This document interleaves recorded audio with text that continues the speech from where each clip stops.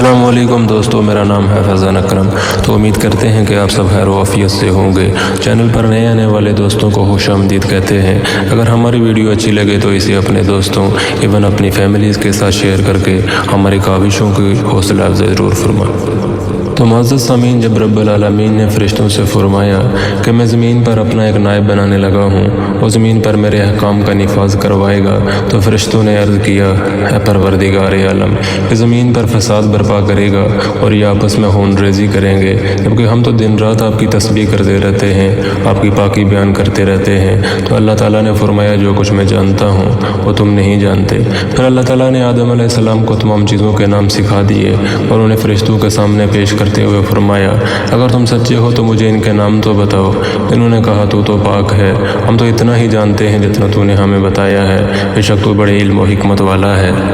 پھر اللہ تعالیٰ نے فرمایا، اے آدم، ان چیزوں کے نام بتا دو۔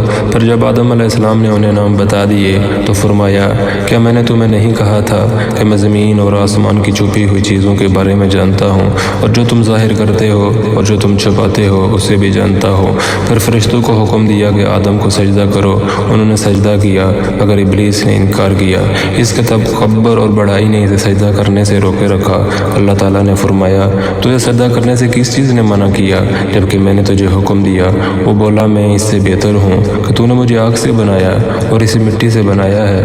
میں ایسا نہیں ہوں کہ اس انسان کو سجدہ کروں جسے تو نے سڑے ہوئے کھنکھناتے کارے سے پیدا کیا ہے۔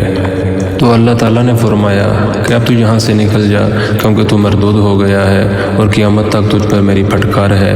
شیطان نے کہا، اے میرے رب، مجھے روز محشر تک کی مہلت دے دیں۔ فرمایا، جا، میں نے تجھے متعین وقت کے دن تک مہلت دے دی۔ پھر شیطان نے کہا، مجھے تیری عزت کی قسم، میں ان سب کو یقیناً بہکاؤں گا، ان پر حملہ کروں گا، ان کے آگے سے بھی، ان کے پیچھے سے بھی، ان کے دائیں جانب سے اور بائیں جانب سے بھی، اور آپ ان میں سے اکثر کو شکر گزار نہیں پائیں گے۔ تو اللہ تعالیٰ نے فرمایا کہ جہاں سے ذلیل و خوار ہو کر نکل جا، ان میں سے جو شخص تیرا کہنا مانے گا میں ان سب سے جہنم کو بھر دوں گا۔ زمین پر جانے سے پہلے اس نے اللہ تعالیٰ سے 4 چیزوں کی اجازت طلب کی۔ نمبر 1، تا قیامت موت سے مہلت۔ نمبر 2، اہل زمین کو بہکانے کی قوت۔ نمبر 3، ہیت تبدیل کرنے کی صلاحیت۔ اور نمبر 4، اولاد کثیر اور ان کی طویل عمریں۔ اللہ تعالیٰ نے فرمایا، جا، تجھے اجازت ہے، لیکن میرے نیک بندے تیرے فریب میں نہیں آئیں گے، اور جس نے تیرا ساتھ دیا میں تجھ سے اور ان سب سے جہنم کو بھر دوں گا۔ اور یوں یہ ابلیس سے شیطان بنا اور عرش سے فرش پر پٹک دیا گیا۔